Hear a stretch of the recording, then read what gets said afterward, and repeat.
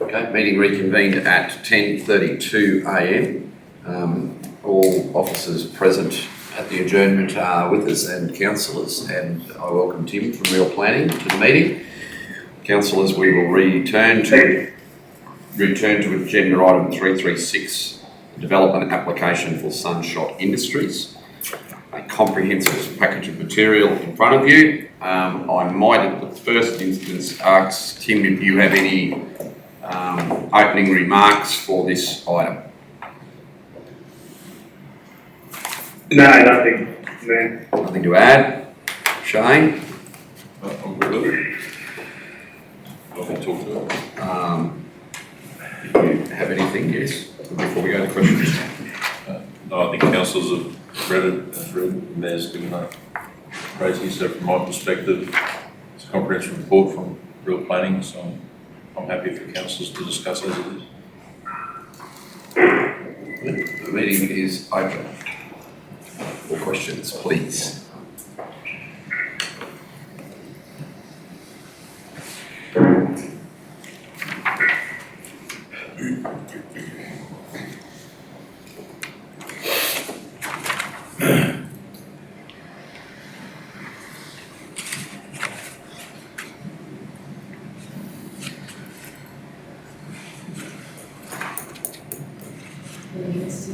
Yep. I don't have a question, just a statement that it's To connect the browser, use 510. Go to the Bluetooth menu on your smartphone and select your number. With that interjection, I'll take the interjection and return to Councillor Rogers. I have no idea what that was. I was just merely going to comment about how absolutely comprehensive and thorough the whole application is, and the length of time and the work that went into it. It's credit to the people that put it together.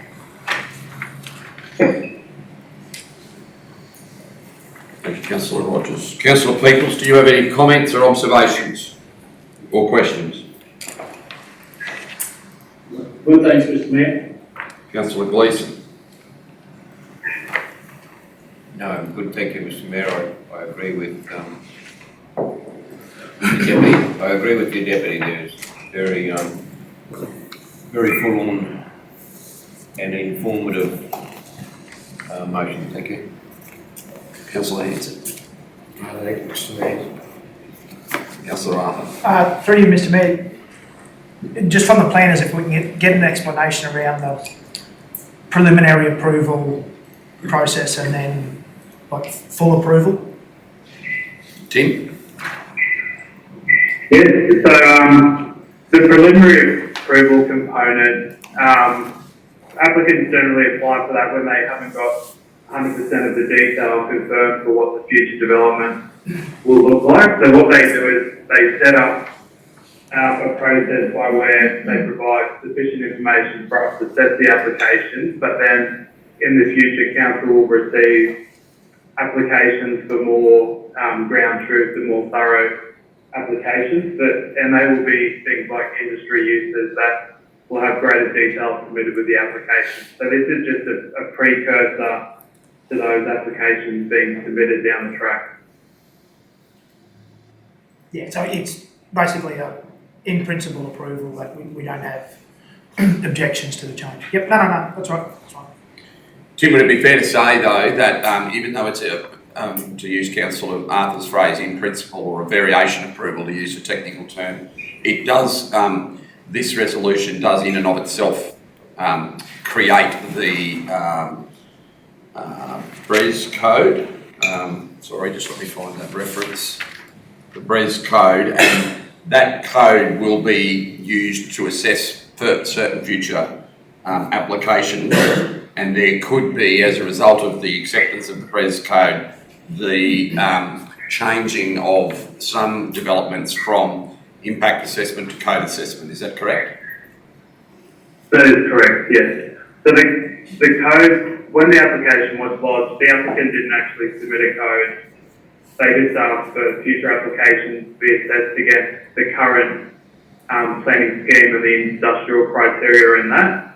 But because council's done so much work with the new planning scheme, we asked the applicant to provide a development code for future applications that was consistent with the draft planning scheme. So the applicant, to their credit, has gone away and done that. So we've got a code now that reflects provisions that will be in the new planning scheme.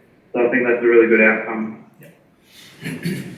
Yeah, I concur, and I do join with you in expressing positive sentiments to the applicant. That was potentially not something all developers would be prepared to do, and for them to do that, I think is credit and also reflective of their desire to see this significant development get up and off the ground. Councillor, do you have any further questions? No, it just, probably just the comment about, oh, excuse me, although we haven't got the new planning scheme approved, we would think that it's unlikely to deviate too much to have a negative effect on this, and they've already processed to work under that new planning scheme at this stage anyway. Councillor Plum? No, Mr Mayor, just to say, along with Councillor Rogers, that very, very apprehensive report.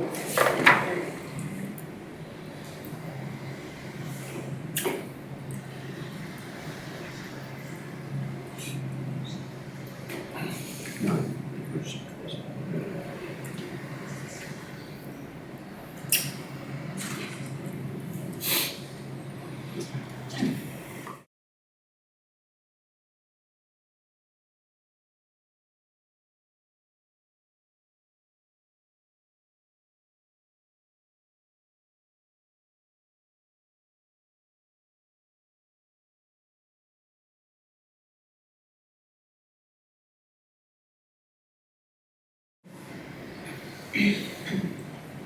Okay,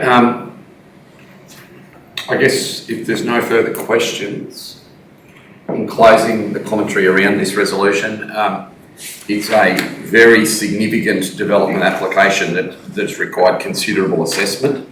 It has been talked about as an economic development opportunity for probably 5 years in this council area, but certainly the last 3 with some degree of intensity. I believe that the transition of the approval of this DA will mean that it no longer becomes economic development and becomes a real live option, and therefore very significant application, not only in the terms of its assessment benchmarks and criteria, but for the future of the community of Barcaldine and its surrounding towns and the residents of the Central West generally. So it is a very significant decision that you are about to make, as I call for someone to please move that resolution as presented. Councillor Rogers moved, seconded Councillor Plum. Is there any formal debate? I now call the vote. Those in favour? Carried. 7-0.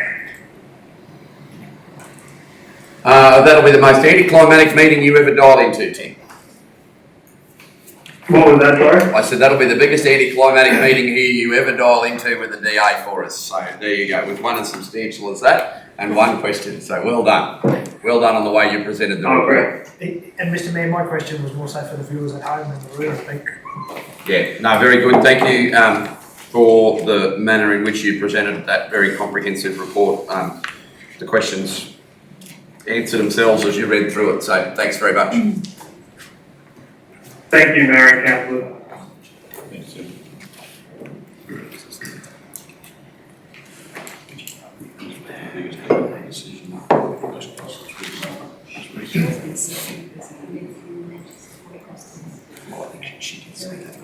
He's happy for me to leave. Yes, thanks, Tim. So thanks, Thanks, Tim. Tim. Great, thanks everyone. Cheers. Bye-bye.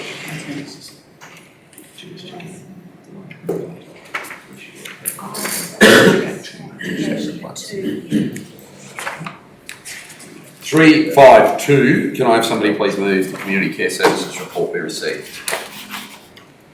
Councillor Hanson, seconded Councillor Plum. Those in favour?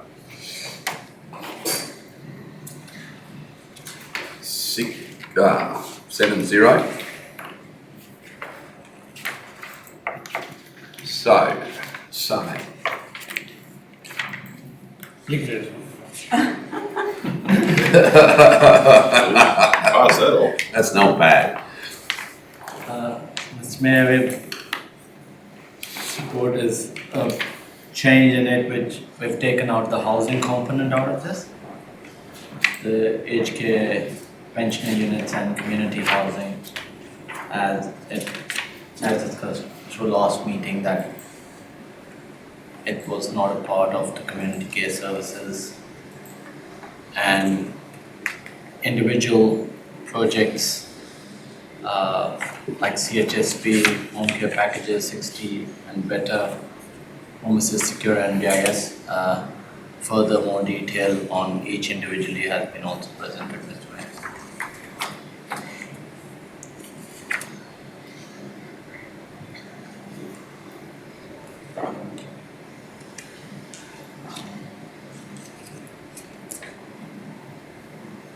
I can add some more there. So if we just look into some of the individual programs, so the CHSP grant is showing a small profit at the moment, but there is still some of the grant funding to be spent.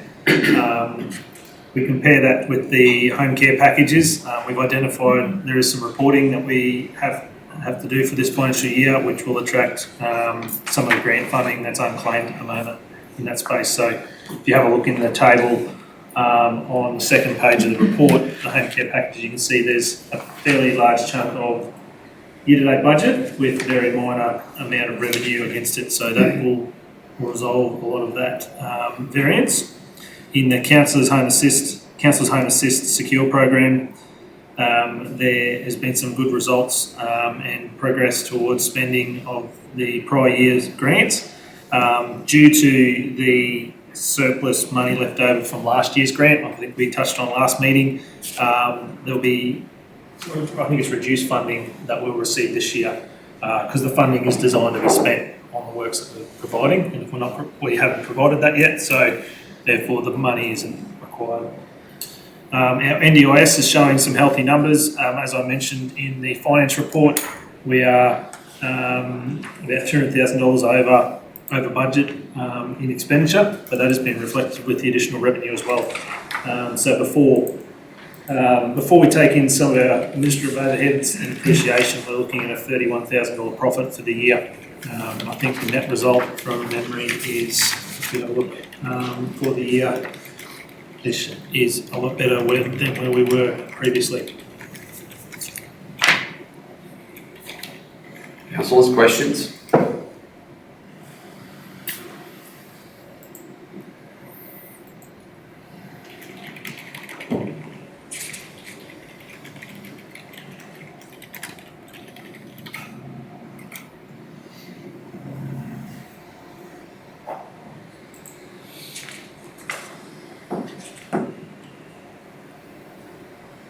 That extra detail that we received this month, is that going to be a continual thing, or will we revert back to? We can continue. I think we took it out last meeting and we've put it back in this meeting, so that additional detail of the individual programs. It just, from my point of view, it does certainly provide a bit more detail around what we are doing in each of those programs, and compares, like in that first table, trying to sort out where we are with each program on an expenditure and a revenue basis. You've sort of got DA and maths, whereas those breakout tables certainly provide that for you. Yeah. We do intend, Councillor, that, as we said at a workshop, do a full review of the CHSP and NDIS, so councillors can be aware of where we've been, some of the challenges and what our plans for the future is. Thank you. No further questions? Okay, good morning to you, Simon. 361, can I have somebody please move the works report? Councillor Rogers, seconded. Councillor Plum, those in favour? Carried, 7-0. Chris? Good morning all. majority of the works undertaken at the moment, primarily around TMR works, being TIGS, RMPC, and works continuing on the Capricorn Highway. As you saw from yesterday, secondary to those works that we're currently undertaking out at the old landfill facility. Of note in the report is continuing works around the Acacia Street bore and frustratingly some of the delays around supply and elements of design to bring together for the completion of those works. I'll continue to update and continue to update the CEO as further information comes to light on those works. Remain currently in emergency works period for flood damage. As I mentioned to the Mayor, by exception, primarily those works, well, that period finishes up on the 14th of April. However, and I'll use one particular asset as an example, based on the fact that there's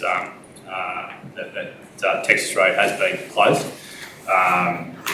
That particular period of emergency works will extend. From a training perspective, we're yet to finalise training for our water operators, but with assistance from Longreach Council. We'll have two operators that may have even been across to Longreach either yesterday or perhaps today to finalise training requirements there, and that'll see Simmons Bristow return, sign off on training, and we'll then have 5 operators confident having achieved the requirements of the Certificate 3 water operators course. That's about it for the Questions, please, for Chris.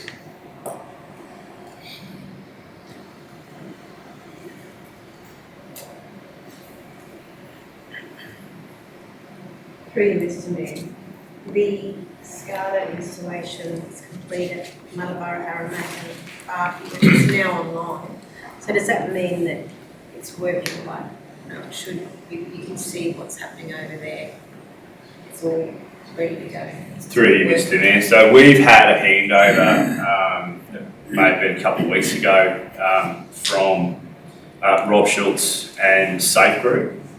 So they've given operators an overview of how the desktop works. So each operator has now been given a login, and they can monitor that system through the cloud.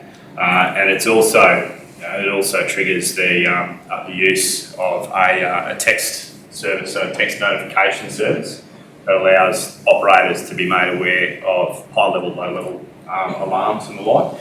The thing we're still trying to iron out at the moment, and this is just a bedding in period, is what those parameters are. So when we have high water alarms, low water, so once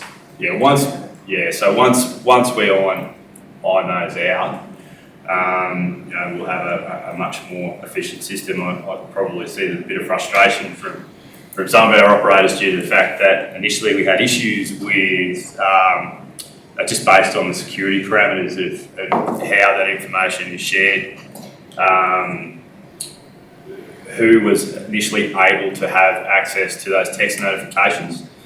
So we had one council officer who was receiving all of those text notifications. We've since rectified that. So that is now being spread. I think in the first 24 hours we might have received hundreds and hundreds of text notifications. But as we continue to bed in, which those particular issues have been abated. Further questions?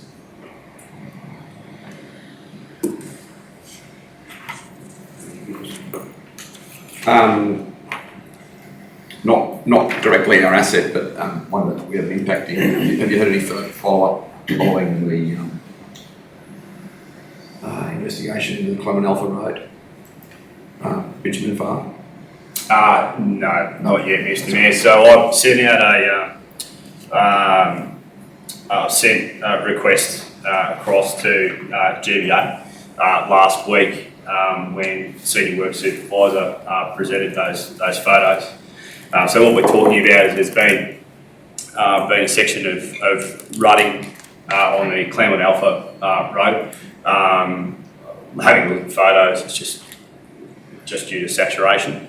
But we've sent those across to have picked up, have a look at, and it's most likely that we'll claim any potential works here under flood damage. Sorry. Section, probably about 60, 70, 80 metres max.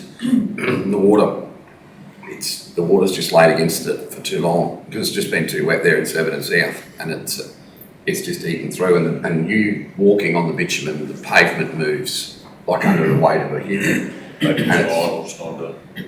Like it's actually, it's a little bit scary dropping through there in a narrow middle Toyota. Approximately change 121 and it'd be 70, 80 metres long. So the water's just been laying on the top side of the road, Mr. Mayor? And Top and bottom. Yeah, it's yeah. right the way across from edge of pavement to edge of pavement. It's been, ruts all the way in through. January, it's been probably 2 weeks underwater itself. Yeah. And all it's got is concrete margins. It's not a concrete causeway, it's cement. Yeah, right. It's just pavement seal. It's just bitumen. And it's just wobbly like jelly. I have a photo here. I'll try and share that a little bit later on. So I'll keep that and share that with you later. In the 70s, my grandfather left a Massey Ferguson tractor on the highway there because every vehicle that went through there required towing through it for months and months and months. And then it's a known bad spot on that road. Like the surface, the foundations there is none. It's just like no different to north of Aramac. It's just jelly. So anyway, hopefully that can be picked up with flood damage. Not that it's our asset, but mindful that it is a connecting road for Three safety concern. yeah. That's an excellent idea. Three, Mr. Mayor, the Craven Road, the Cultural Heritage investigation, has that been done and underway, or is underway? Through Mr. Mayor, yes, it's been complete. It was conducted last Monday or Tuesday. We had TOs on site. Clearance was complete, which involved mechanical clearance of some trees. I think there may have been 2 or 3 trees that haven't had impact that were identified that not impacting on the realignment of that road. So we were lucky, but also thankful to the consultants that engaged with those TOs, and in particular thankful for those TOs being able to come out at such short notice. So no, from all reports, extremely cooperative, went really well, no problems at all. They were out there for maybe 3 or 4 hours last week.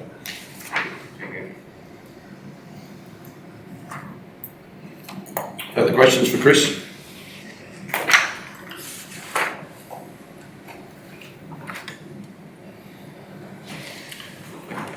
Councillor Rogers touched on the SCADA installation. That was always the plan, was it, that from memory of that briefing we had, that when they installed Muttaburra, Aramac and Buckhorn, they were going to then take home some equipment that they were going to recycle from Alpha and Jericho and then retrofit that and bring it back. Is that right? That's correct, Mr. Mayor. Look, they're investigating so what they'd identified when they first came out was the possible reuse of the radio sets that have been used in the old telemetry setup. They don't believe they're viable and may pose more headaches. They're going to get back to us with potentially a variation and quote for new radios. But whilst that's ongoing, they're obviously back at home building panels before they'll make their next trip out. So no change to timeline, and I think they're back out in about a month's time for a couple of weeks. I will note that everything they've done to date has been accelerated once they hit the ground anyway. So yeah, I think that by the first week of May, we should be 100% operational. And just with the bore, pump for Acacia Street, has that, has that come in at around the estimate of what we expected on the budget side of things? No, I have shared that with the CEO. We do have what I believe would be 95% of those costs returned to us. But I'd have to actually check on those figures. Is it a custom-made pump? Yeah, I believe it is, Mr. Nick. And how much money are we talking? And if you want to go into closed session, I can. Perhaps that might be. Can I have a resolution to close the meeting under section 254J on the matter that the fact could be prejudicial to an ongoing contract arrangement? Councillor Plum, Councillor Gleeson, debate, those in favour? Carried.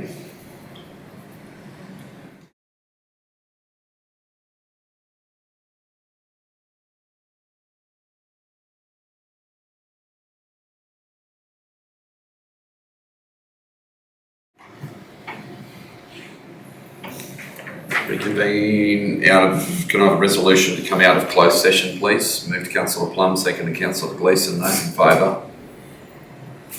Carried. Chris, anything further for Chris's report?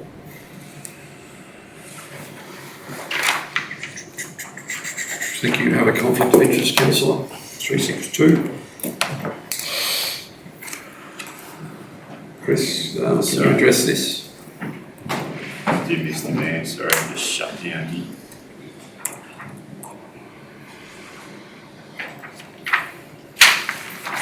I'll talk to this one while he's opening up. If you note, this is the industrial estate. The reason the white lines where we're proposing type 2 access for don't extend all the way is because that is already type 2 access. So when it was gazetted, council just resolved to gazette it for access to the unmanned fuel stations and didn't complete the loop. So what it means is we've sold subsequently now to the immediate west 5 blocks of land, all of which opens from one street onto the other. One of the businesses in particular is planning a freight hub, and that would obviously necessitate the movement of road trains both in on one side and out on the other side, irrespective of whether it's north or southbound freight and logistics.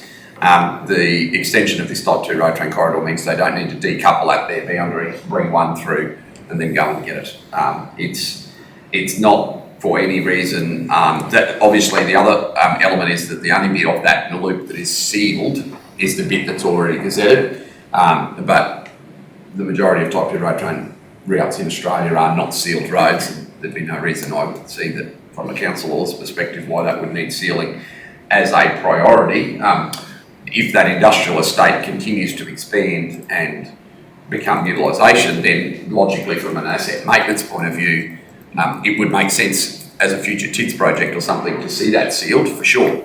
But for one vehicle, like at the moment, it is literally probably most likely the first block on each end. So where I've drawn that line, they'll be going in here and out there, so you could progressively seal it. The majority of the access area for the trucks at the moment is already sealed. It's the loop through.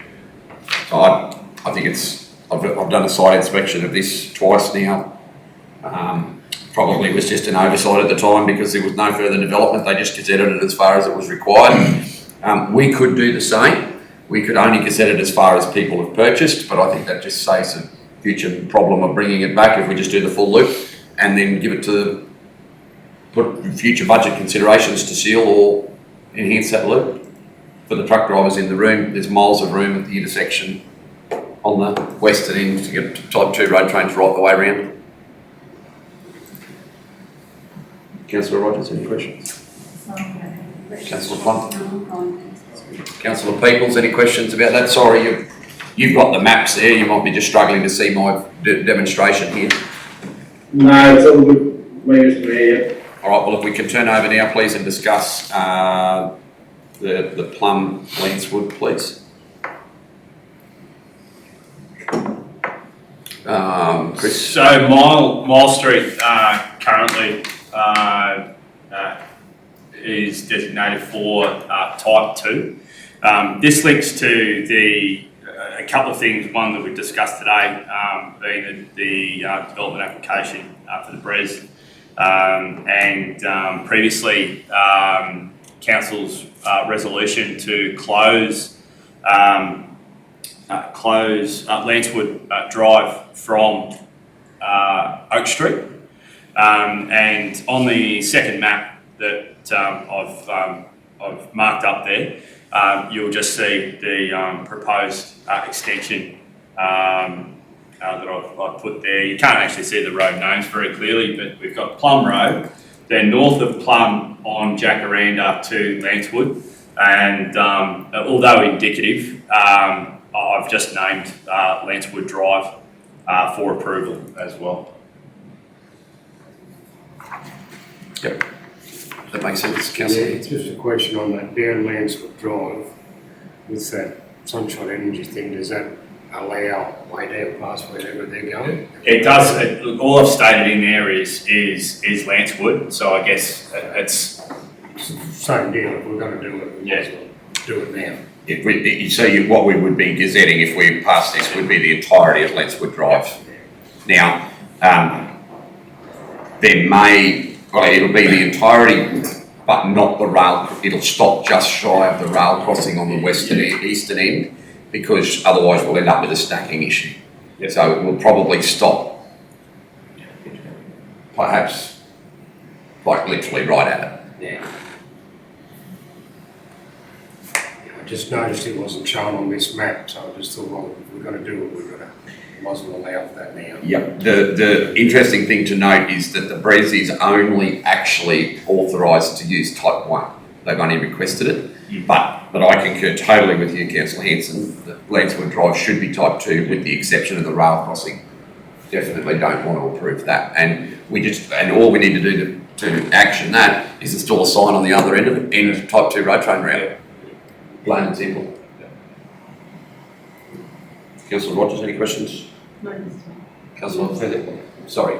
Councillor Gleeson, yes. Is that a type 2, what's the name of the street on the western side of Plum? Mile Street. Yes. Oh, is that got the street there, that's Mile Street? Yes. So it is a type 2? Yes, For that's that correct. one block or for the entire? It goes, I believe that goes all the way down to Bohinia, Yeah. and then Bohinia through are all type 2. There's two designated alternative heavy vehicle routes. One right the way around and the other one down past here. Elm Street. Elm, sorry. Yes. Which beggars belief why, but anyway, that's where it is. So yes, well, the good news there is we don't, for either of these, require external agency approval because we're not actually intersecting with their network in any place. It's purely a local government based decision. If we had to gazette Mile, then we'd have to consult about the intersection of Mile and the Capricorn Highway. And if we had to continue the gazette of these all the way through to Belansborough, but this is already a TMR approved type 2 road train intersection here. Yes. And here. Yeah, because of the, heavy vehicle around town. Sorry.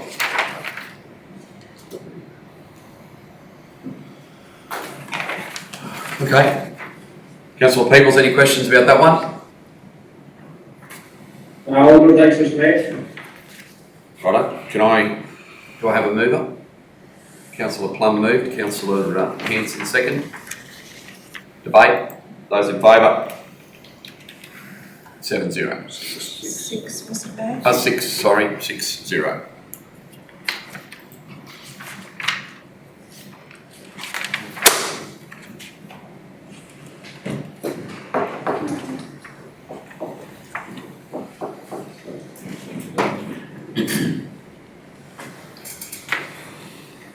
Whoever Charles R. Swindoll is clearly wasn't refereeing football on Saturday night anyway.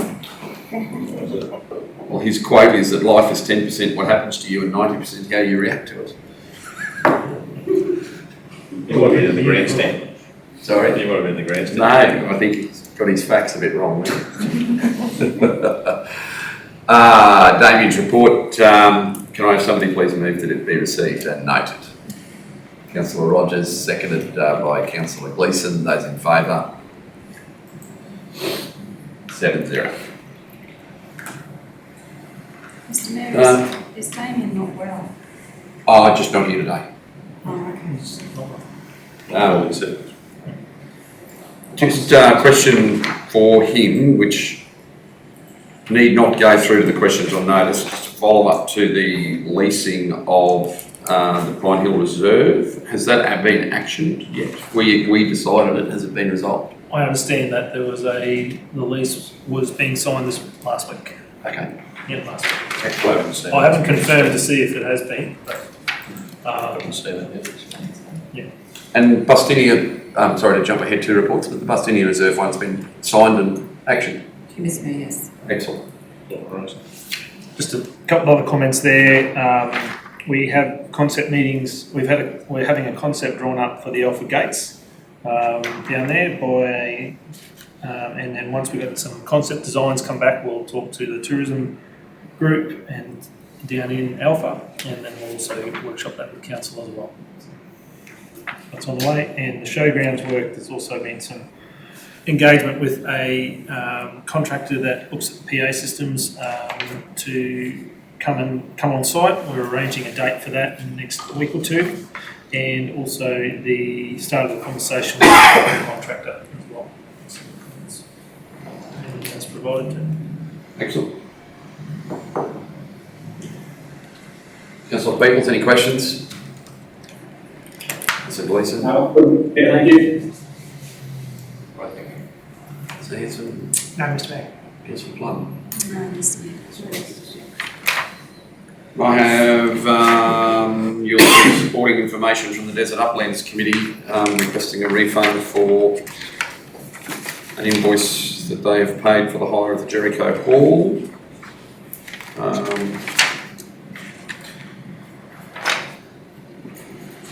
Can I have a comment there? In the first sentence, it talks about the invoices being paid. It is not paid. So it's a waive, not a refund. Yes, that's correct. Or, and waive the invoice would be the request and consider that an in-kind donation. Is the assessment, see the request form, is the assessment till there? No. Right. I don't think our grant policy covers waiving of fees and charges. If that's what, the assessment that we have. Yeah, right. That might be why it's not done. So it's just a request for in-kind support.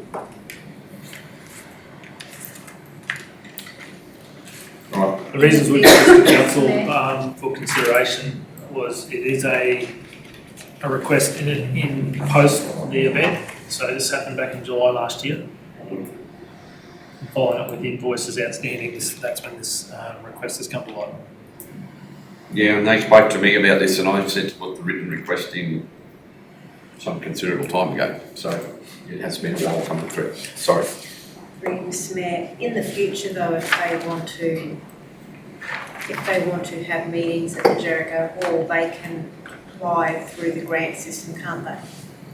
To waive the fee? No, well, just to clarify the scope of our current In the community future, grants yeah. policy, and I may be inferring how it's written wrong, concessions of general rates and other charges is determined during the budget process and is not part of this policy.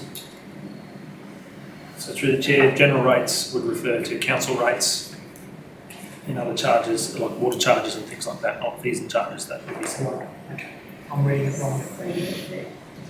It's the one that, like, the hall, like, the different clubs can ask for a waiver from the district management. This letter's dated the 14th of February, is it? Right. When did we receive it? Through the chair, yes, we did receive it. It was I think it was the day meeting reports were due last okay. meeting. That's why we've delayed it since then. Look, I'm broadly happy. I mean, they have, it's not on our forms, but there's a massive amount of data there. There are you know, they're above probably the standard not-for-profit in that they represent almost like a natural resource management group. They're a significant economic development contributor. It's $135.50. Councillor Gleeson. No. Councillor Lansing. Councillor Arthur. On principle, Mr Mayor, I can't support. Councillor Peebles. Mr Mayor, actually, am I happy to waive it or? Correct. Yes, I'm happy to waive it, Mr Mayor. Councillor Plum. Mr Mayor. Yes, Mr Mayor, it's just also due to the fact that there was an oversight, like they weren't told that, you know, they had an agreement to have no fees paid, and they weren't aware that they had to pay for like at the time. So I mean, they know now that in the future they need to apply for a waiver of fees beforehand. So at that time they didn't know, so. So Chair, we didn't find any formal agreement. What we think may have occurred was the general consensus in prior financial years where community groups could use halls and for meetings and that with no fee attached. That's what it would May have been what the agreement was, which was more of a general one for all community groups as opposed to one specifically with this not-for-profit. The being held in July, there may, depending on when they booked it, there may not have been a conversation with them about them having to pay a fee at all at that time as well. So, given that the fees and charges were adopted as part of the budget in June, with that revised policy. Do I have a motion? Mover. Councillor Gleeson, second. Councillor Hanson. Debate. Those in favour? Against? 6-1.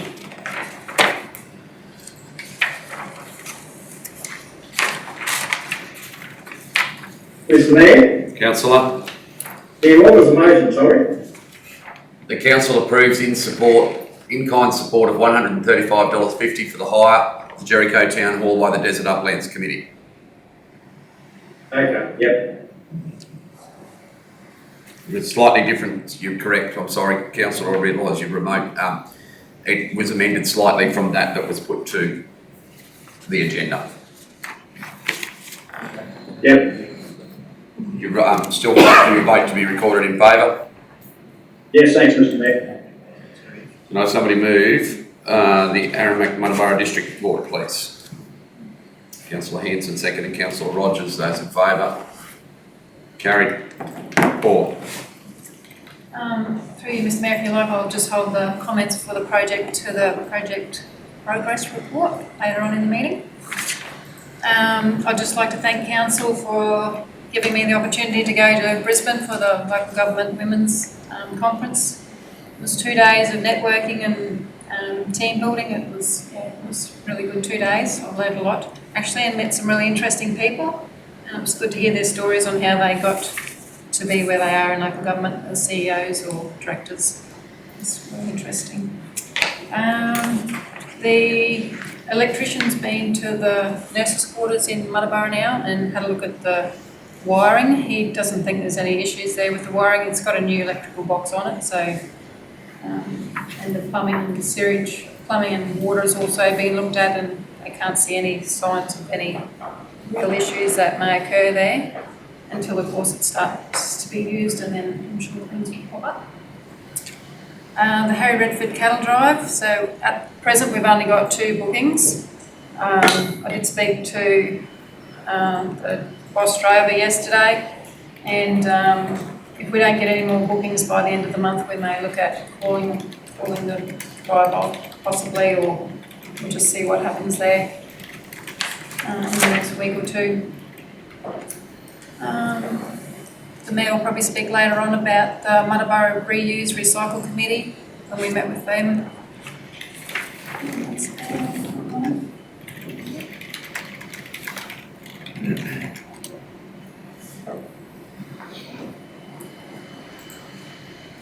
Questions for Paul? Through you, Mr Mayor. Paula, you mentioned Harry Redford Cattle Drive. You're saying there's not a lot of interest in, what did you say, 2 bookings on repeat that? Yeah, we had about 8 bookings and 6 pulled out this week. just because of the short time frame and the price. That was their main reasoning. But yeah, we've only just started to advertise, and it's only really advertised on Facebook. We haven't done any TV advertising. We did get a quote to do some radio advertising, but it was only for our Jeep, and I didn't think there was a need to run it in Western Queensland. It's more coastal people that'll come. But yeah, so we haven't had the time to put an ad out on the TV. So yeah, it's really just Facebook sharing at the moment.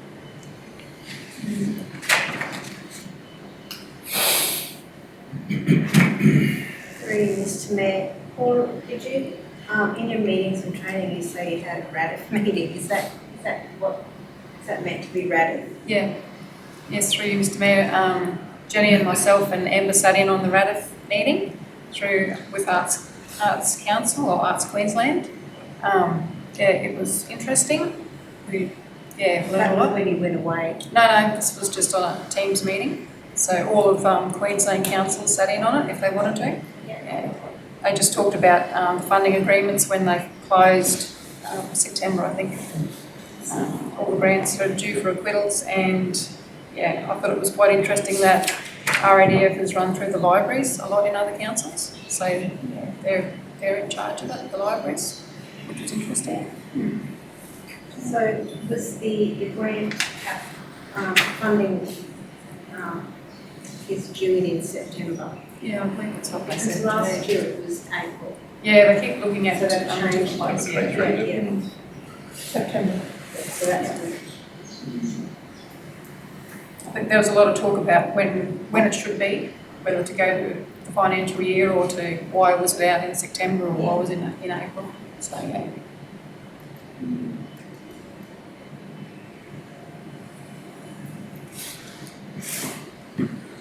Further questions? Councillor Gleeson. Through you, Mr. Mayor, the pump Aramac campgrounds, is that open to showgrounds? Is it a new pump or? It's just a little water pump that's going to go into the toilet block because we don't have enough water pressure in there when there's a lot of tourists all sharing at the same time. So we've got a water tank that fills from the bore and then just a little pressure pump that runs the showers. Okay, so it's not the big pump in the corner No, that has to be regulated? no, it's just a little pressure pump to the toilet block.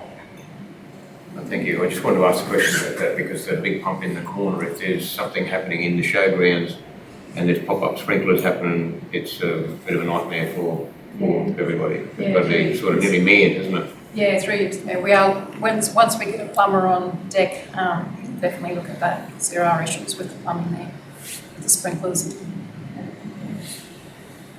Thank you.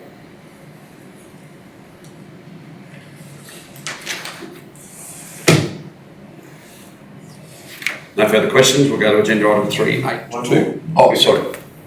Ballinedy Radio requesting sponsorship. Waiting for further information. Yeah, so 3 years, Mayor, they've just sent their usual letter in and I've just asked them to fill out the form. I'll do it properly. Thank you. Thank you. I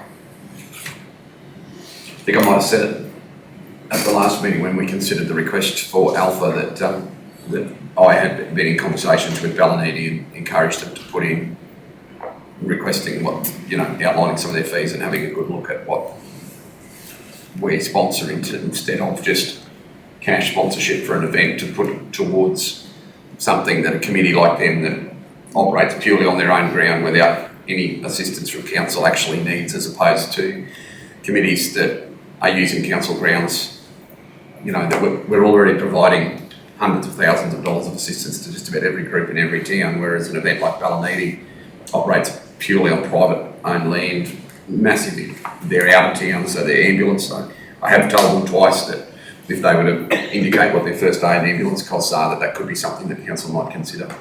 So that obviously you had COI in last month's meeting, but that was the conversation. So I'm really hopeful that they've put some thought towards a considerable application. I think very good. If there's no further questions. Yes. 3.8.2.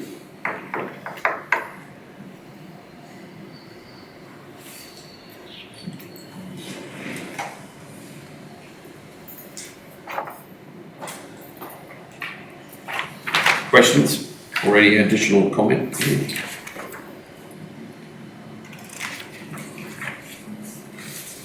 First experience in Marlborough. It was.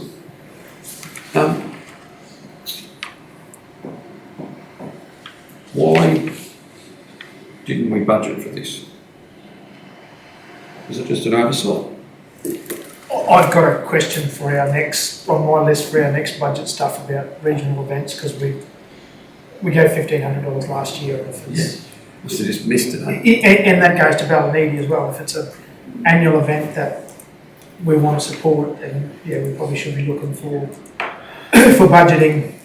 I still think when we do our budget, we can be too prescriptive. We got these 10 events and they're going to ask for this much money, and so we put down $62,227 in the budget, and then this happens. We realistically should put a figure that we're prepared to cop as a community, and then approve them as so it might be $80,000, say, not $62,700, and then approve on merit rather than Through you, Mr. Mayor, we do factor in for contingency. Okay. 30K every year. Right. So that we can cover up any left outs or outstanding. So we won't actually be losing $1,500 out of the budget. That's good news. If we support it. We had 30K in contingency budget for events. It's a little bit left. An unnamed contingency figure would have been much nicer to say that now everyone knows.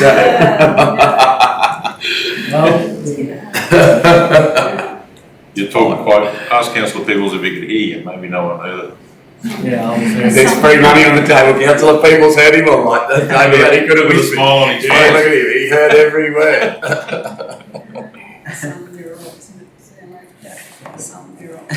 Do we have a comment about this, please, from any councillor? Just through you, Mr. Mayor, just some clarity around, they have asked for a cash donation and we have offered or decided to take up sponsorship, and just the differences in that and how for community groups, like if they're asking for cash or sponsorship.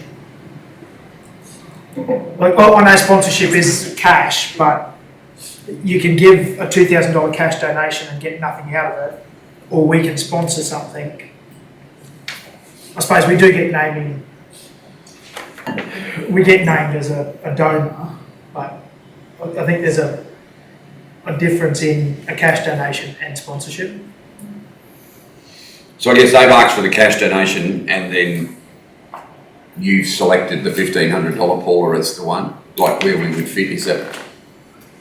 Through Mr. Mayor, I've selected the 1,500 just because from previous. Yeah, that's what we gave That's last what we year. usually get. But yeah, I'm a little bit same with Dan. I usually don't say sponsorship because we can't really accept free beers or free meal or anything anyway, so it's basically just cash that we're giving them. But we would like. Which we could still do. We could just opt to give them $1,500 and not select a sponsorship package. Yeah. Councillor Gleeson. Mr. Mayor, I'm certainly in helping everybody, but it's also, I think they've missed out on the line here is in-kind assistance, because I know and we know that the council persons in Muttabara and the council truck and the council bobcat and the council backhoe will all be used at that particular weekend as well. Yeah, through Mr. Chairs, Mayor, that'll come tables, through on a different. everything will be Different. That will come through on a different form, and I have $1,500 that I can pay for whatever, however you want to put that. One thing more, Mr. Mayor, as I mentioned before events, this part of it will come out of community donations, not events in the budget. So. That's where the contingency is. There's no actual. Right, disclose the amount of money.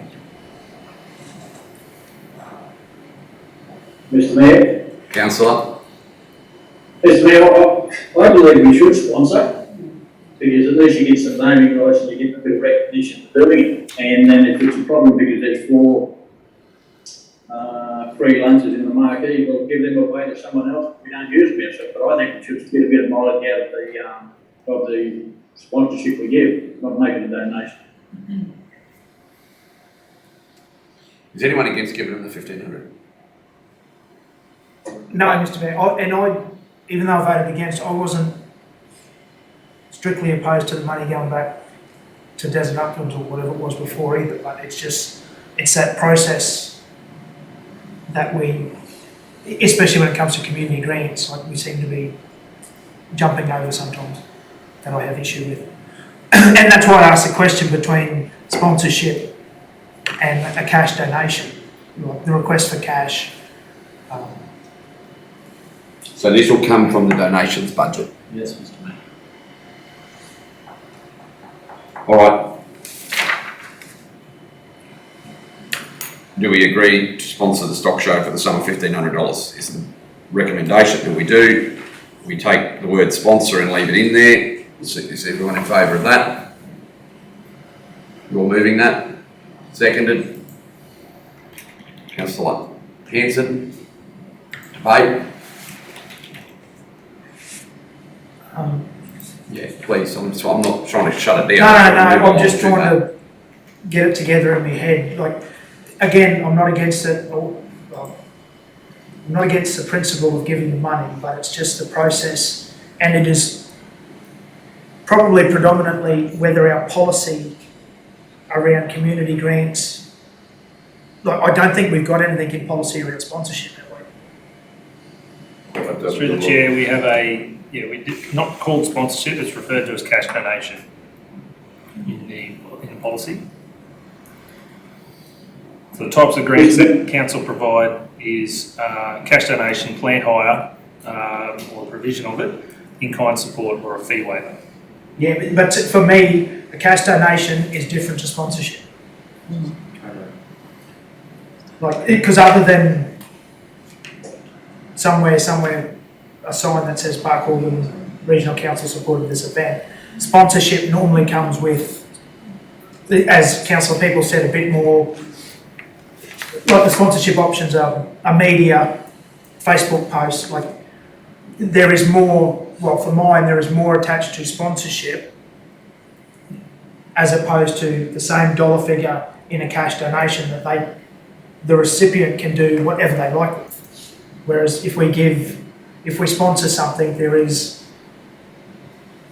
something that comes back to council of a higher value, I would say. So I would agree, but I don't sense in what you're saying that you're against that. No, it's more so, like, they've asked for the cash donation and we've changed it to sponsorship. In my mind, we're jumping out of that community grants policy because it doesn't specifically cover sponsorship. And that is a letdown probably in our policy. It's all been sponsored. They ask for sponsorship. Just order, we're everywhere here. Paula, Yes, Mr Mayor? you were about to say. No, I wasn't saying anything. I was the only one that wasn't talking at that time. No, and my previous comment was we probably need to look in our budget about, especially those annual regional events that council is happy to support, having the capacity to do that in our budget cycle as opposed to going through this every time we get one that in my mind doesn't tick all the boxes, and it's bureaucratic and it's a governance thing that we're still letting community groups on. If they fill out all the paperwork, I'm more than happy to give them money, but we need to be adhering better, I think, to our policies and our process in giving that money away. Not giving it away, but helping the community. Mr Mayor? Councillor? Mr Mayor, with policy, haven't we in the past, or isn't there something that says that you can get ban policy by a resolution of council? Always, that is the case, yes. Yeah. Which I don't have issue with as the process, but as a particular councillor, I have issues. I struggle to be able to support it continually. Either the policy needs to change or we need to educate and support our community groups better.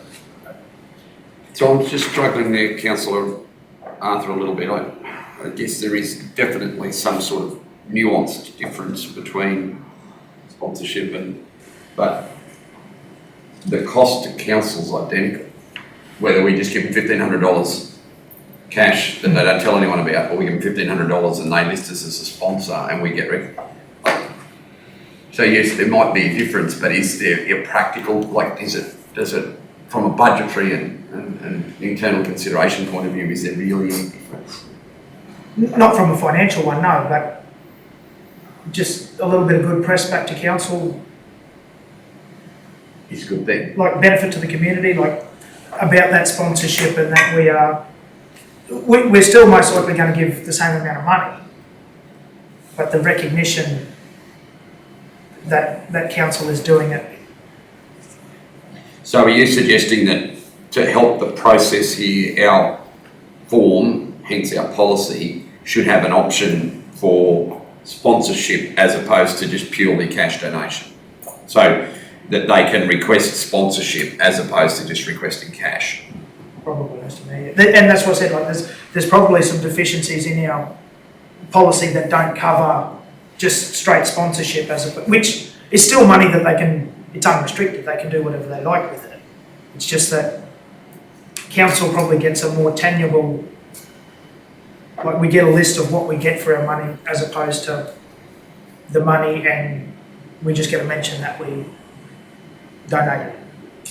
So I guess that probably feeds to the point that I was talking about before, the example of the encouragement I'm trying to provide to Valanidi is if they require, say their ambulance costs them $3,000, if we were rather to provide more information around the assistance that's required rather than just ticking the cash donation box, if the option was sponsorship, yeah, what does it cover? Ambulance cost $3,000, that's what you're suggesting? Yeah. Okay.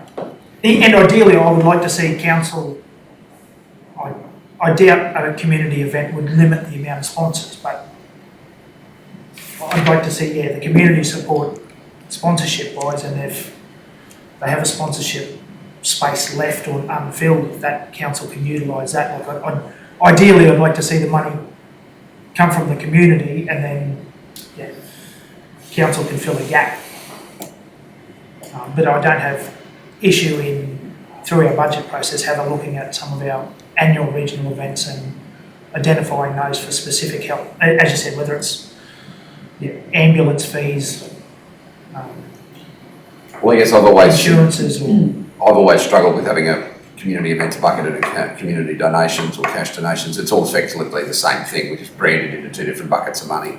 One that's very prescriptively listed, and the other one that's got a rather large contingency. and then we have items in our budget that we pay for annually without a request. Like, they are just a perpetual thing that, like, and if part of me says that if a community group's not going to ask for it every year, or that some of them seem to be in perpetuity, like they're rolled over from one year to another without us asking, do they need it? They probably do, but I think with the public money, we need to ask the question every now and then. Well, recommendation has been that we do elect a sponsor in this instance for the sum of $1,500. It's been moved by Councillor Plum, seconded Councillor Hanson. Is there any closing comments from council before we put it to the vote?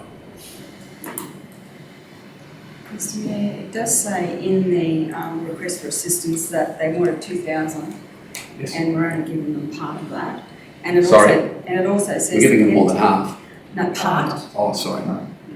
And entertainment for children and show patrons is what they want to put that towards. So I'm just saying they've requested it and told us what they want to use it for.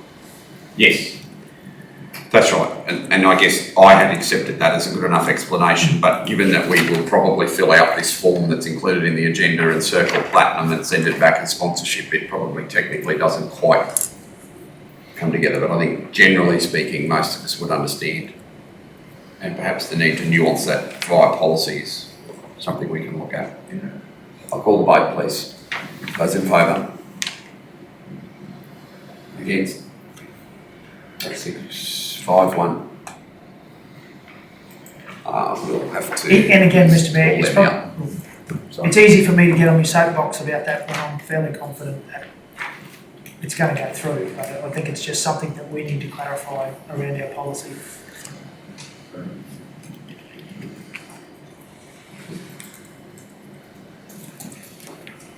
Councillor Rogers can return.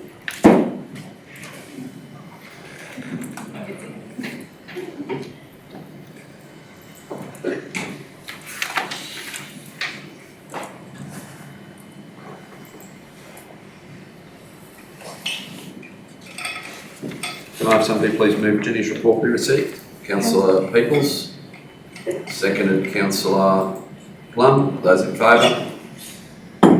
7-0. Jenny. Again, as with all of the projects, we'll look at that when we come to the report for the project status, which is after the other. Although I do want to commend you on the work that you've done in the town hall, it looks absolutely sensational. Thank you, Mr. Mayor. It does look good. Some, just while you're raising it, some people did make the comment as we won't be able to dance on it, and we said, well, that's what you use pops for. You just put that on, but it does look good. Councillor Plum and I have already waltzed on the floor of the Buckhall Town Hall, so thank you, Mr. Mayor. I would advise whoever said that you can't dance on it, that they perhaps should go back to school and learn to dance. Okay, thank you, Mr. Mayor. And Councillor but it does, it has made a big difference to sound and all. It's very good. The other, as per the questions on notice, there's that report in there from the RLOs regarding the Joplin Cola that was found out on the Jericho Road. It does say you're going to give the timeline of when they found it, where they first identified it, and what they would like to see going forward to actually have the better control of it because of the vegetation growth out there at the moment. Tourist information. Well, just on that, since you're there, look, it's one of the highest order declared national weeds of significance in the entire country. I would suggest that in accordance with our policies and budgets for this sort of stuff, given its importance from a control perspective for the agricultural industry, and the maintenance of things like the stock route, the state road corridor, that any and all steps that are necessary the CEO can be authorised to take to ensure that, whether it's fire management, whether it's additional resources. The state have taken a very keen interest in this via Tex and Phil Hayward, as you see written in your report. They don't need to come to this room to seek approval for those things. The money just needs to be appropriated and the job done. We have considered a conscientious approach to how we're organising our space. We haven't explored it. To get something like this more under control quicker. Just target from the headwaters down, depending on where the outbreaks are. Thanks, Jenny. And you'll also see that the application for the minor infrastructure program grant has been launched, and that's looking at just shade structures, pathways. We got the relative quotes together, and that was assistance from a interested party who had done that application for us. The other one that there has been some discussion around, and we've had a few people ask in different areas, and it was I was again approached at the races on Saturday regarding a swim hole that is at the back of our race course, and it's about ownership of it, and people are wanting to utilise. So that's probably going to have a little bit further investigation around that there. But the discussion at the races on Saturday was we would like to build another one, but over in the vicinity of where all the buildings and structures are. But that's some planning later for that, yeah. So.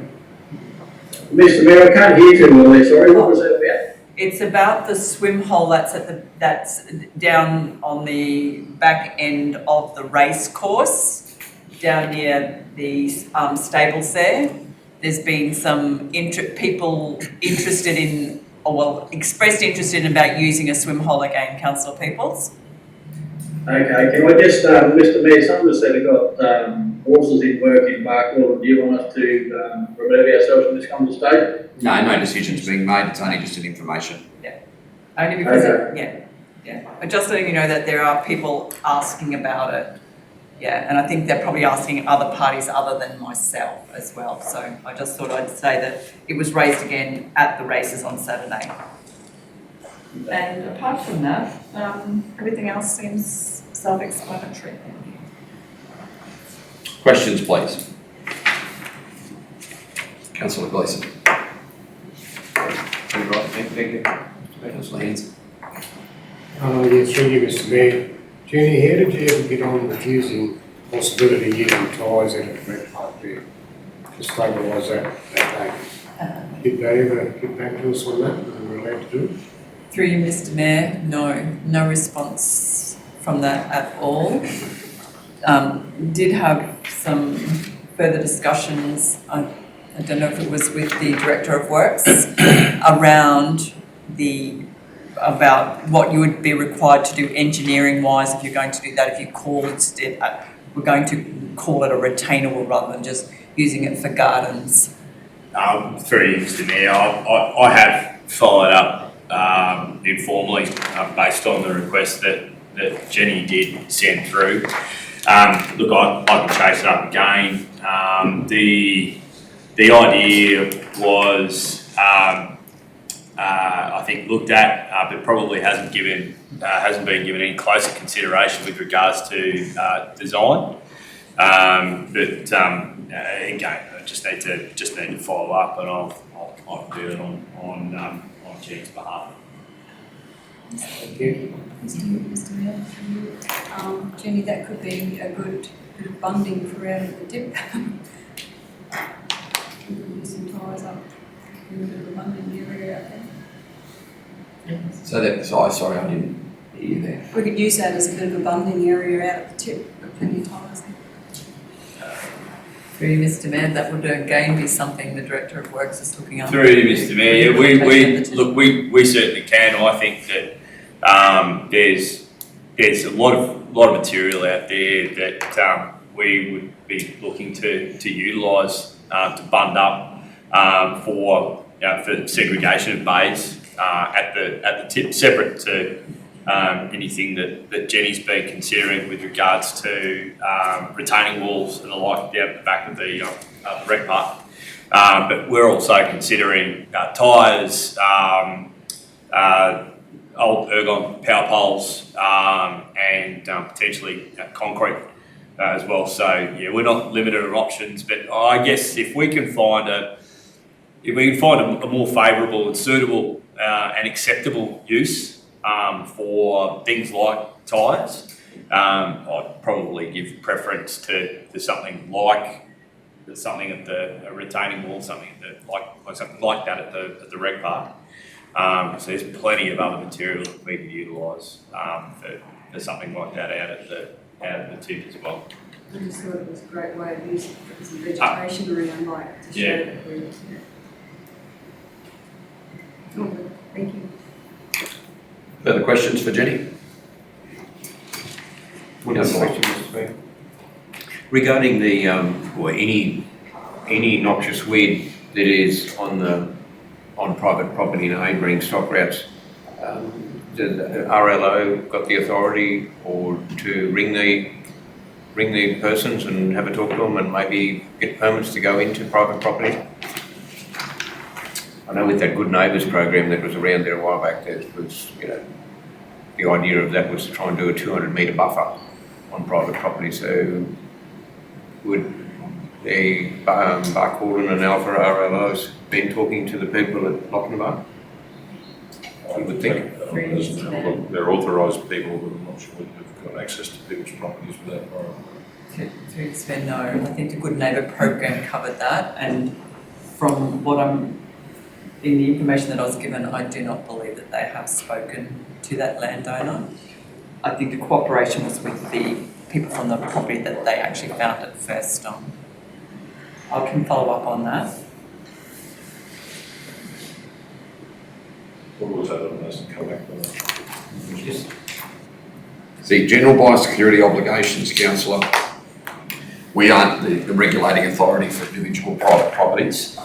Even though there is a general biosecurity obligation on every private landowner to maintain a clear presence against noxious weeds, invasive pests and weeds, and the obligation is actually legally, under the new Biosecurity Act of 2016, the obligation is on the individual landowner to both monitor and eradicate. Council obviously can assist in providing some pretty good coordination services if a landholder, or in the case of the common dumping cactus, whatever it is, if a number of landowners request council assistance, we can, on a project by project basis, with the approval of the CEO, use council resources to assist, especially with weeds of national importance. But the actual responsibility outside of the stock route and the town reserves and the town commons, the actual responsibility rests purely and solely with, and we don't have, it's not like where we have a specific local law that authorises the entry to seize a dangerous dog or something like that, that we don't have the same powers with respect to biosecurity concerns. Thank you, Mr. Mayor. No, the reason I brought it up is because some property persons are more than willing to help and some are not.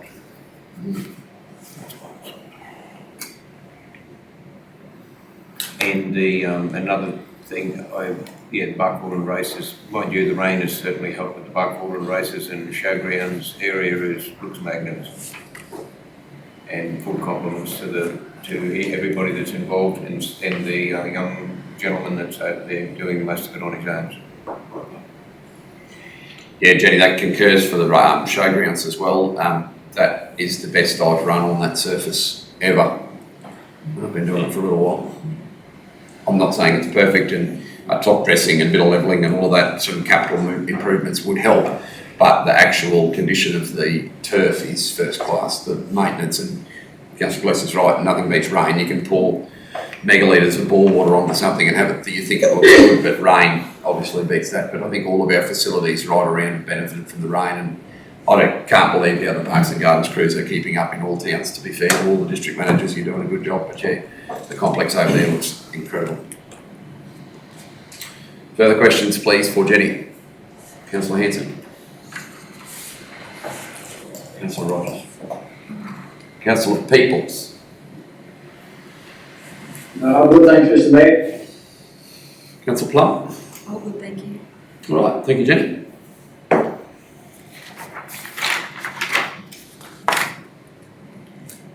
(392) fee waiver request, please.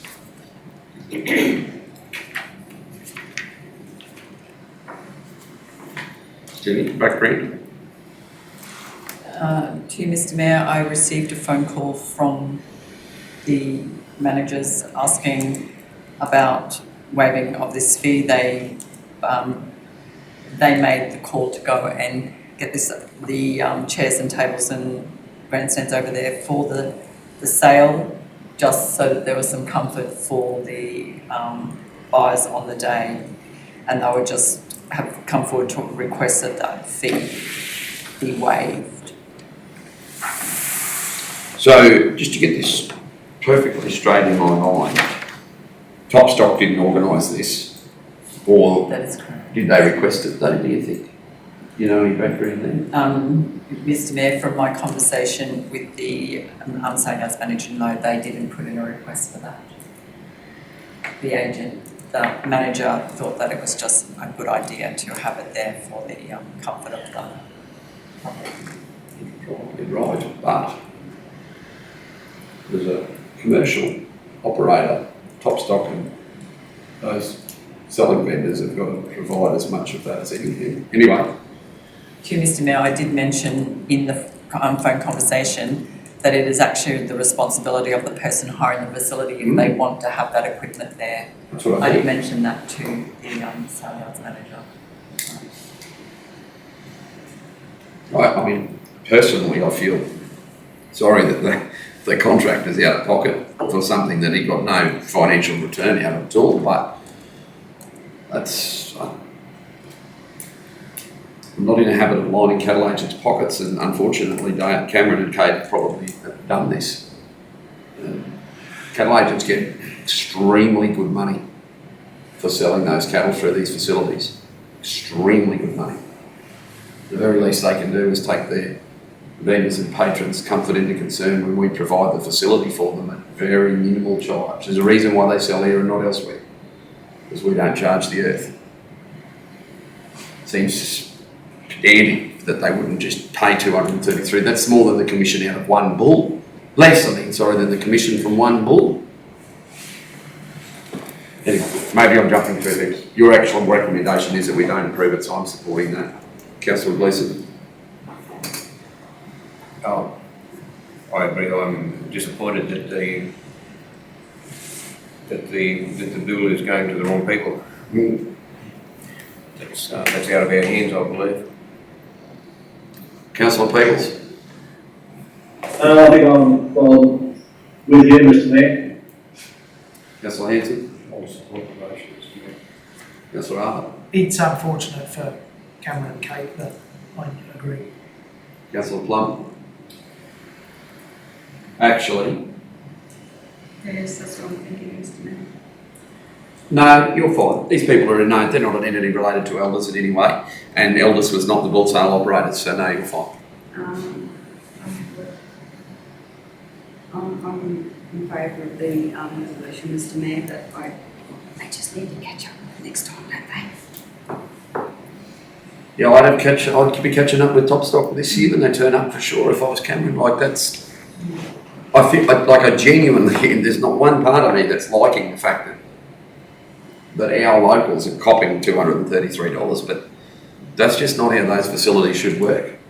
If that bloke wants to come up here and spend a week or 10 days here with his bulls and market them and get virtually free use of our facilities for that period of time, the very least he can do is look after our sale yards operators' personal hiring of tables and chairs for him. Nothing about the facility was new to him. He's been selling bulls there for a decade. Yeah, I move it. Second up. Councillor Arthur. Those in favour? 7-0. Makes me sick. One of our advisors is going to be ripped off to support bloody wage.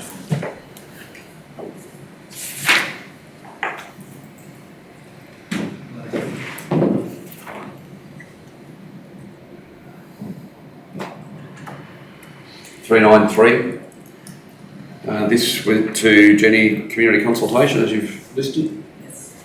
And there is a very broad discussion around the incursion from a West perspective and so forth, but I think my read of the room is there is general consensus to support that location. Yes, Mr Mayor, and there was a discussion held at the Westec meeting around it. There was some comments against it, but the representative that was at that community meeting spoke in favour of it, and they didn't say no at that meeting. Councillor Plum would be able to verify that with me, she was there. The only thing which they had a query on was that when they set up the actual map with all the sites on it, but they hadn't really started that yet, so it came probably at the right time. Any later when the engineering have the site map done, then that would be a bit of a problem, but all good. I suppose the only comment I had was around the relocation of the gate, I think was the key. The gate was certainly identified by a couple of the user groups that it was still required, and so that'll form part of the project is to relocate that gate. I think it's two panels down from where it currently is. Just relocate the panel. And Tim, Mr Mayor, adding on from what the Director of Corporate and Financial Services has mentioned there, when I went to the race the other day, I actually parked, and when you come around closer to the old scoreboard area, there is a gate there, not a double gate, it would be half of a double gate, which would probably be just making that a bigger gate because it's in quite a cleared area. And there's no caravan power points where that's located, so that could be an idea, and it's probably 3 or 4 panels around. The only thing was to try and get some form of trucks that were in the arena or going in the arena for Westec out that side to get them around. But the good one's enough.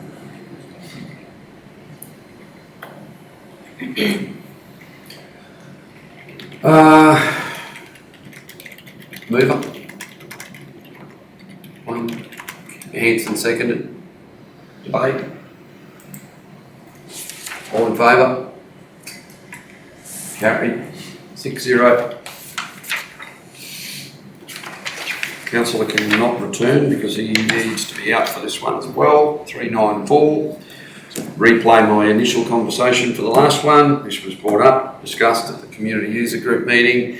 The only thing that was still to be worked out is just that the physical placement at that location in interaction with the fence from operational concerns.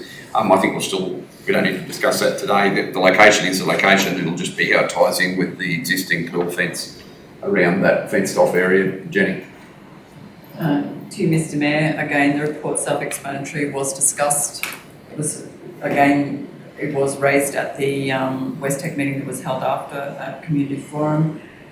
Raised a concern about that as an area where that large red truck for catering is located.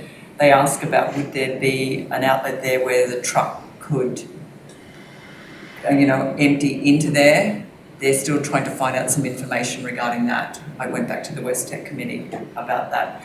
They're just waiting for information from that because I think you can't have a hose coming directly off the truck into that pit, is what I believe. Which have to be an intermediate. Yeah, it's got to be used as a dump point rather than draining straight into there. So. From there, washing insert catering. So that's from gravel or not? Grease. No. Just in the sector. Councillor Gleeson and Rogers were both present and Plum at that user meeting. Any further comments to add? Thanks. Do I have a move? Everything's okay. Councillor Plum moves. Is there a seconder? Councillor Rogers. Debate. Those in favour? Councillor Peoples, are you in favour of that resolution? No, I still have problems with the location. I know that it's been voted on by a youth group, and from 50-50 whether I support that, but I just think it's out of the way too far there. If we get better use of it on the western side, but anyway, the majority wants it there. Can I just have an indication of which way to record your vote? Yeah, the negative, Mr. Mayor. Thank you. 5-1.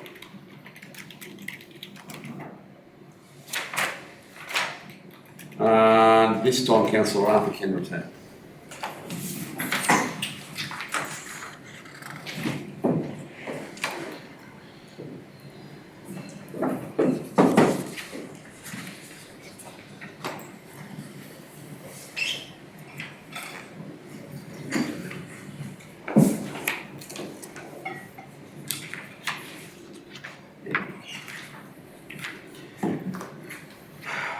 Once again, I think the report's pretty self-explanatory here too, Jenny.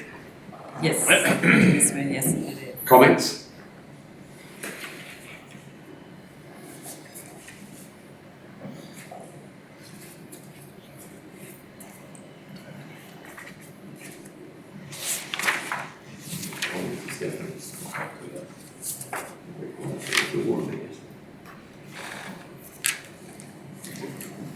Through you, Mr. Mayor, my only comment is we've budgeted this amount and it's really been going along really well with the new committee, and I'm happy to move to go with the officer's recommendation on it. Yes, I have a mover. Is there a second? Councillor Plum. Now I'll still go around for discussion. No, I'm not rushing to vote. Councillor Gleeson. I think it's been sorted out a lot better this year, Mr. Mayor, because having an organisation where other little committees can come to that organisation. I'm in favour. Councillor Peoples. Fine, Mr. Mayor, thank you. I beg your pardon. It's fine. You're fine. Yes, thanks. Councillor Hanson. Yeah, one with that, Mr. Mayor. Councillor Arthur. Mr. Mayor, it's probably in a better format than some of the previous ones that we've got this month.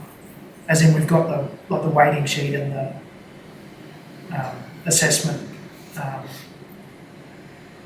Plus, as Councillor Rogers said, it is budgeted. I probably would have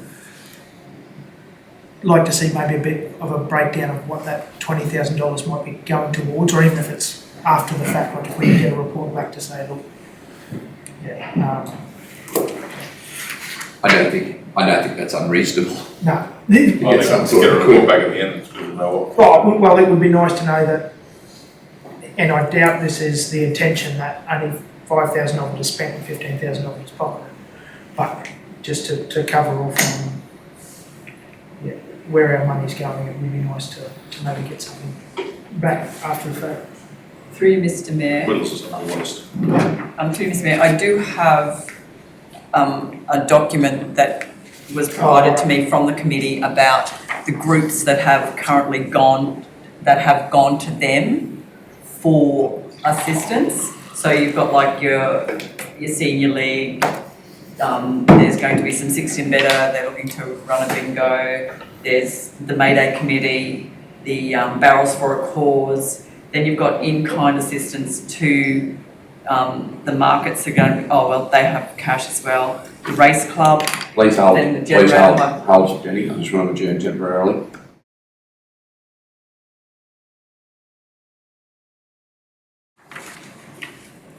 Okay, it's reconvened after taking advice. Councillor Gleeson, I think you may have a declaration. Yeah, Mr. Mayor, in the, during the discussion, there's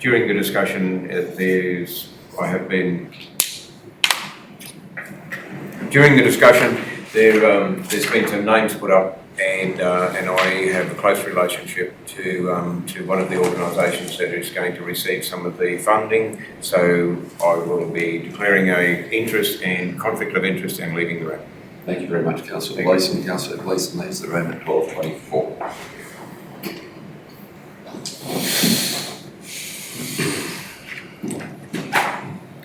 Now, thank you very much, Jenny. That's provided where that money will be going, and I think perhaps, and maybe no need for it to go into the resolution, but should councillors see fit to carry this, I think when you advise the committee that their application is successful, if they could just provide a very simple post-event breakdown of not, like, yes, those lists of those groups, but what they might have used the funding for. Was it security? Was it ambulance? Was it whatever it was for, just to give us an indication of like a post-event acquittal, I guess. Not trying to create reams of red tape for any volunteer organisation, just a simple one line and we'll be fine. Yep. We used $2,000 to provide for event security. Thank you. Would you agree with that, Councillor Arthur? Yeah, Mr. Mayor, and hopefully that can inform our budget for next year. If we highlight those. Is it enough? Is it not enough? Yeah, extra special things that we find that are overly onerous on the community groups, whether it be security, ambulance, attendance. We all know community events are getting no cheaper than, and there's probably less people around to support them in the main. Yes, Mr. Mayor, that would be good. Okay, I have the mover and seconder. Is there any formal debate left following those discussions? That being not the case, then can I have a vote, please? Those in favour? Opposed? 6-0. Carried. Councillor Gleeson may return.